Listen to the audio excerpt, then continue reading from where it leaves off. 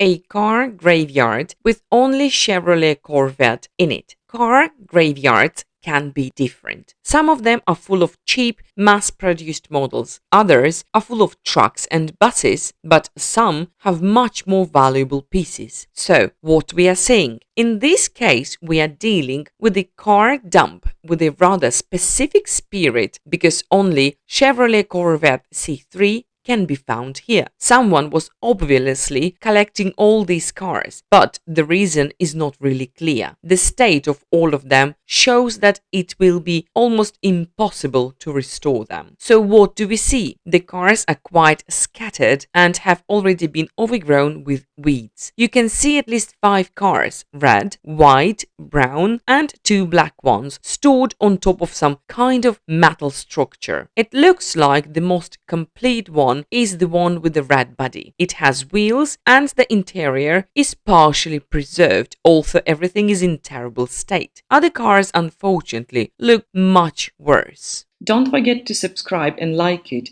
Thanks for sharing and bye bye.